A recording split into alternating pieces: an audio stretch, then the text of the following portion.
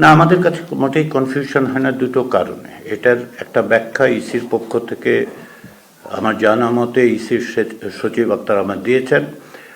এখন পর্যন্ত জাতীয় সংসদের নির্বাচনের যে সংখ্যা এবং হার দেখানো হচ্ছে সেটা সবগুলো আসনের নয়।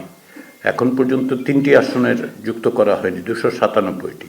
ফলে এটা যুক্ত করলে সম্ভবত প্রায় নিশ্চিতভাবে বলা যায় যে আসলে জাতীয় সংসদের নির্বাচনের ভোটের হার বাড়বে। এটা হচ্ছে একটা। দ্বিতীয় হচ্ছে অনেকের ক্ষেত্রে, এটা আমরা অনেকের ক্ষেত্রে দেখেছি যে তারা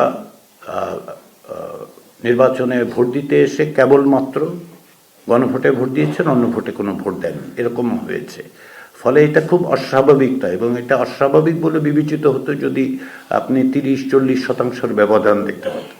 2-1% ব্যবধান, বিশেষ করে 3টি আসনের যখন, আমার ধারণা যে 300 আসনের যখন ফলাফল বেরোবে, অন্ততপক্ষে 299টি আসনের ফলাফল বেরোলে হয়তো এটাই দেখা যাবে যে প্রায় সমান বা হয়তো একটু বেশিও হতে পারে সংসদ নির্বাচনের ভোটে।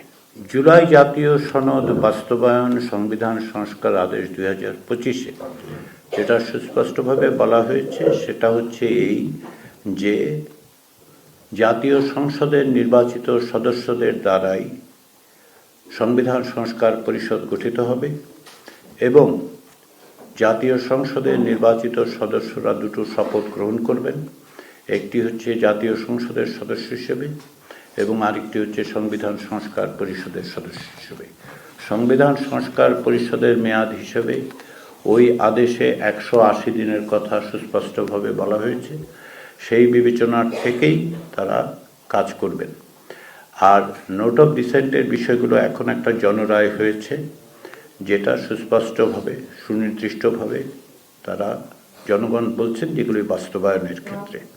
তবে নোট অফ ডিসেন্টের বিষয়গুলো সহ অন্যান্য অনেক বিষয়ই আছে যেগুলো যারা নির্বাচিত হয়েছেন, সংখ্যাগরিষ্ঠ দল হিসেবে যারা নির্বাচিত হয়েছেন এবং যারা অন্যান্য সদস্য এবং দল আছেন, আমরা আশা করি যে তারা যে অঙ্গীকার করেছেন সেই অঙ্গীকারের ভিত্তিতে জুলাই জাতীয় সনদ বাস্তবায়নের আদেশের আলোকে তারা তাদের পদক্ষেপ গ্রহণ করবেন।